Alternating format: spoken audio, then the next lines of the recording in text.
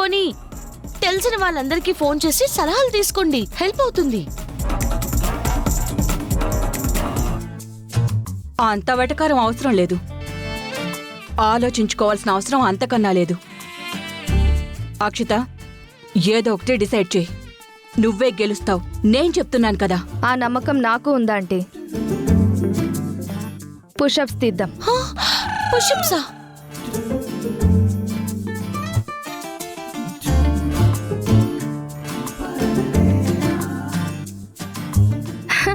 చూసారా భయపడుతుంది.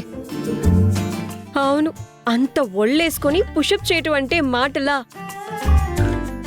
ఖచ్చితంగా ఓడిపోతుంది.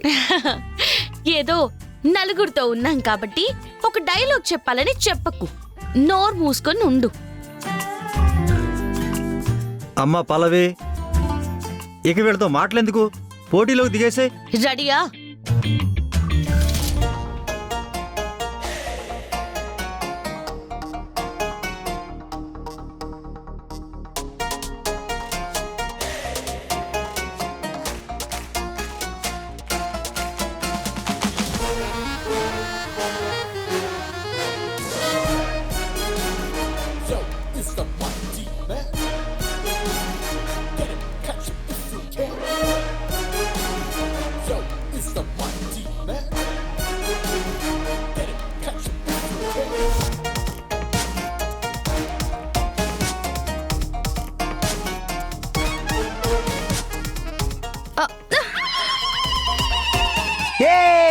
అక్షిత ఓడిపోయింది, అక్షిత ఓడిపోయింది.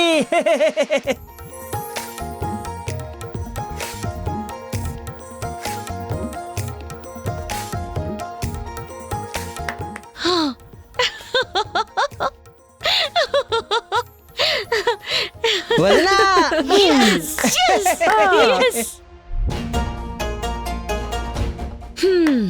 ఏమైంది? స్లిమ్ గా ఉన్నాను, లైట్ వెయిట్, గాల్లో తేలిపోతాను, ఎన్ని పుషప్స్ అయినా తీస్తాను అన్నా. బండగా ఉన్న వాళ్ళు వెయిట్ ఉంటారు, ఫిట్నెస్ ఉండదు అన్నా. ఇప్పుడేం అర్థమైంది? దానికి ఏమర్థమైందో నాకు తెలియదు గాని నాకొకటి అర్థమైందే. ఇది నీ మొదటి విజయం. ఇలాగే కాంపిటీషన్ లో కూడా గెలిచావనుకో వదినా, ఇక్కడ చితికిల పడినట్టే అక్షిత అక్కడ కూడా చితికిల పడుతుంది. చాలు. ఇంటి కోడలుగా ఎక్స్ట్రా వేషాలు వేయడం కాదు, ఇంట్లో పనులు కూడా చూసుకోవాలి. కూరగాయలు లేవు, వెళ్ళి కూరగాయలు తీసుకురా. అలాగే అత్తయ్య.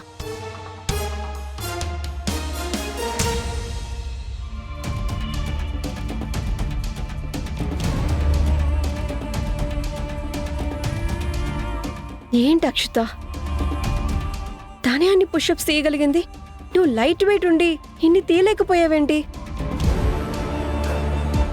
అక్షిత తనతో పోటీ పడి నువ్వు ఓడిపోతావని అస్సలు ఎక్స్పెక్ట్ చేయలేదు. నువ్వు ఇక్కడ ఓడిపోయినా పర్వాలేదు, కాంపిటీషన్లో ఓడిపోకూడదు. అవును అక్షిత, ఇది మా మమ్మీ ప్రెస్టేజ్ ఇష్యూ మాత్రమే కాదు, నా లైఫ్ అండ్ డెత్ క్వశ్చన్. నువ్వు గెలిచావనుకో, ఆ పల్లవి పీడ విరగడైపోతుంది. నా జీవితం ఇప్పుడు నీ చేతిలోనే ఉంది. భయపడకు చరణ్, ఏం చేసినా సరే కాంపిటీషన్లో నేను గెలుస్తాను. ఆ పల్లవి పీడ నీకు విరగడ చేస్తాను.